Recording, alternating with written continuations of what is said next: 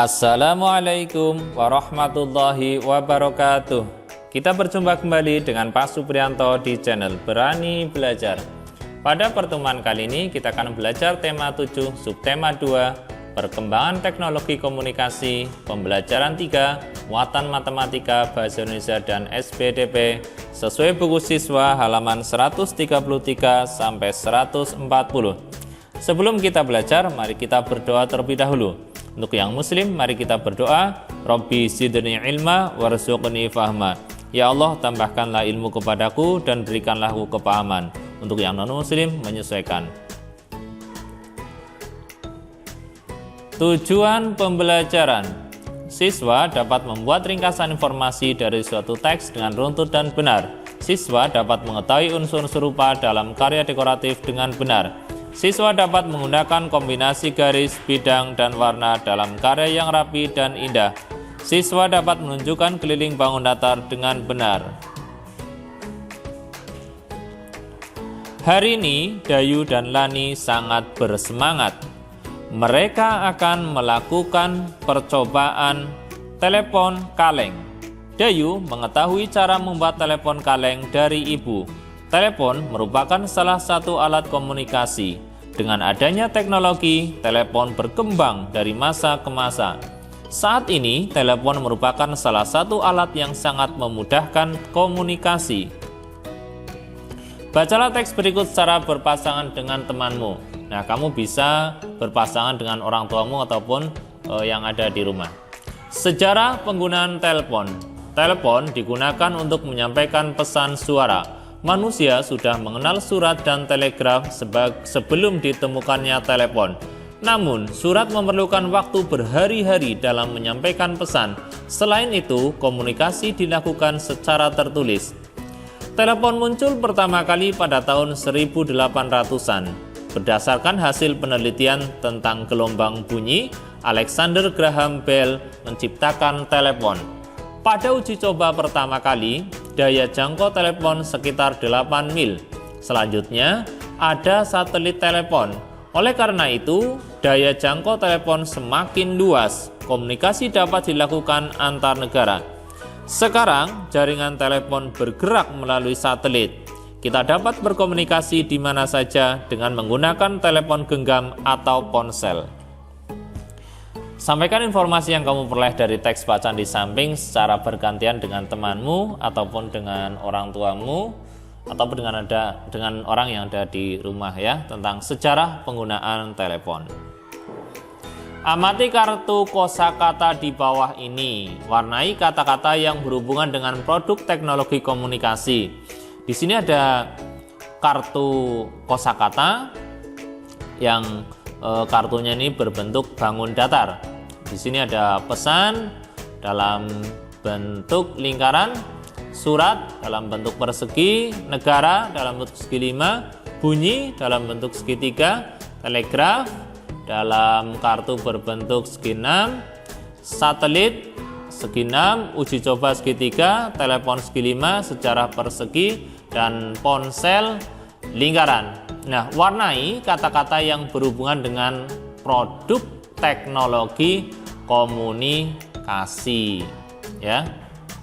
Nah, kamu dapat melihat pada teks bacaan tadi ya, tentang produk yang berhubungan dengan komunikasi. Misalkan di sini kasih contoh, di sini ponsel. Ini adalah produk dari teknologi komunikasi yang tadinya produknya itu sebelum ponsel itu menggunakan surat. Setelah ditemukannya ponsel itu kemudian berkembang semakin cepat ya. Seperti sekarang ini, ponsel itu sudah semakin canggih. Nanti berikutnya silakan kamu cari kata apa yang berhubungan dengan produk teknologi komunikasi. Carilah kalimat utama dari setiap paragraf pada teks sejarah penggunaan telepon.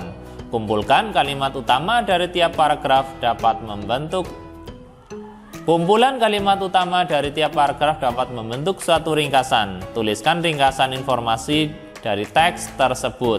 Nah, silakan nanti kamu cari kalimat utama masing-masing paragraf pada teks sejarah penggunaan telepon. Kita bisa lihat di sini ada 1, 2, 3, 4. Ada 4 paragraf. Untuk masing-masing paragraf kalimat utamanya biasanya terdapat pada awal paragraf atau kalimat pertama ya. Silakan nanti kamu kumpulkan kalimat utama masing-masing paragraf sehingga setelah dikumpulkan kalimat utama masing-masing paragraf ini akan membentuk ringkasan. Nah, tulis nanti ringkasannya pada kotak berikut ini. Dayu dan teman-teman membuat telepon kaleng. Lani dan Udin membawa kaleng bekas susu kental manis. Edo dan Beni menyiapkan benang kasur. Sementara itu, Dayu dan Siti membawa kertas dan lem untuk hiasan. Amati langkah-langkah membuat telepon kaleng berikut. Yang pertama, ini alat dan bahan. Di sini tadi sudah disebutkan ya. Dayu dan teman-teman membuat telepon kaleng. Lani dan Udin ini yang membawa kaleng bekas. Ya, kaleng bekas susu kental manis. Sebenarnya bisa juga kaleng bekas yang lainnya, tidak harus susu kental manis. Kaleng itu sarden bisa ataupun yang lainnya. Yang penting terbuat dari logam ya. Kemudian Edo dan Beni menyiapkan benang kasur. Ini benangnya yang enggak besar ya, supaya nanti dalam menghantarkan suara ini lebih jelas. Sementara itu Dayu dan Siti membawa kertas dan lem untuk hiasan. Ini nanti kertasnya untuk membuat hiasan pada kaleng ini ya. Setelah alat dan bahan disiapkan, kemudian minta bantuan orang dewasa untuk melubangi kaleng. Nah, kaleng ini perlu dilubangi untuk memasukkan benang kasur. Yang sebelahnya dilubangi penuh ya. Yang sebelahnya. Jadi yang sebelah tutupnya mungkin itu dilubangi semua, kemudian yang bawahnya alasnya itu dilubangi hanya sebesar paku untuk memasukkan benang kasur. Yang ketiga, setelah ini dilubangi ya, yang ini dilubangi hanya sebesar benang kasur. Masukkan tali ke dalam lubang, buat simpul ujung tali. Setelah dimasukkan di sini dalamnya dibuat simpul, silakan bisa simpul mati ataupun yang lainnya. Yang penting ini setelah ditarik ini tidak lepas ya. Yang sebelah sini ini dilubangi penuh ya, karena nanti untuk mendengarkan. Telepon kaleng siap digunakan. Nah ini silakan nanti bisa kamu buat dengan kaleng yang terbuat dari logam tentunya ya. Kemudian buat seperti ini, nanti kamu uji coba. Untuk talinya sendiri ini menyesuaikan ya, boleh sekitar 2 meter ataupun 3 meter. Nanti silakan kamu coba gunakan telepon kaleng ini untuk berkomunikasi ya, bergantian. Ketika kamu berbicara berarti lawan kamu mendengarkan. Sebaliknya jika yang kamu ajak berkomunikasi sedang bicara, kamu mendengarkan. Letakkan telepon kaleng ini di telinga kamu ketika kamu mendengarkan. Dan ketika kamu berbicara, letakkan telepon kaleng ini di depan mulut kamu ya. Seperti itu cara penggunaannya. Penampilan telepon kaleng akan semakin menarik jika diberi hiasan. Salah satu motif hiasan adalah pola hiasan dari Toraja. Nah, supaya telepon kaleng ini lebih menarik, kamu bisa membuat hiasan pada kaleng ini ya.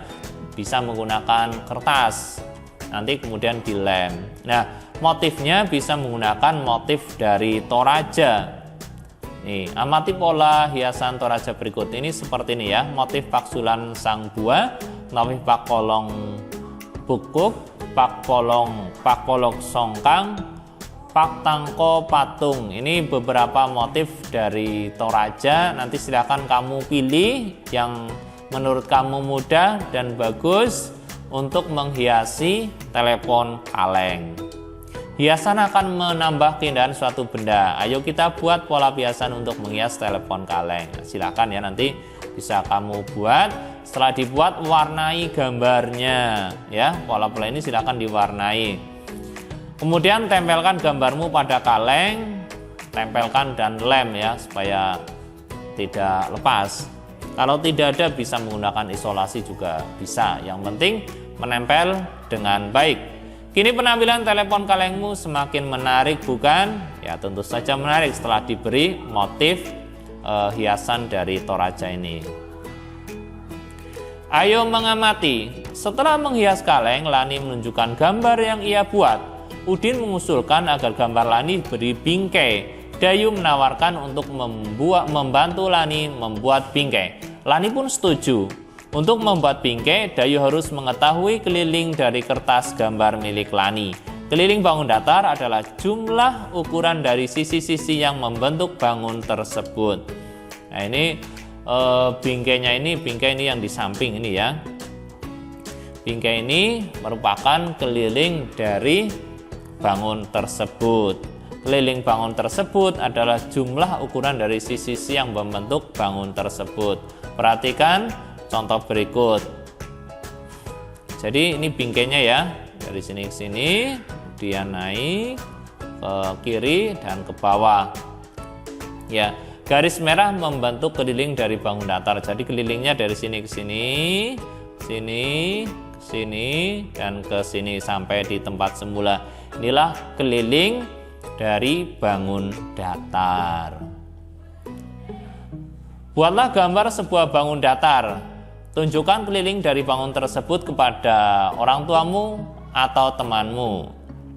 Kamu bebas membuat bangun datar ya. Ini sebagai contoh bangun datar segitiga. Berarti kalau kelilingnya dari sini atau dari sini boleh. Dari sini ke sini, sini dan sini. Seperti itu. Bisa juga belah ketupat, bisa juga jajar genjang. Nanti silahkan coba kamu buat bangun datarnya, kemudian kamu tunjukkan kepada orang tuamu ataupun temanmu keliling dari bangun ini. Jangan lupa untuk selalu semangat dalam belajar. Terima kasih, demikian untuk pembelajaran hari ini. Mudah-mudahan bermanfaat dan dapat dipahami. Mari kita akhiri dengan membaca hamdalah. Alhamdulillahirrabbilalamin. Assalamualaikum warahmatullahi wabarakatuh.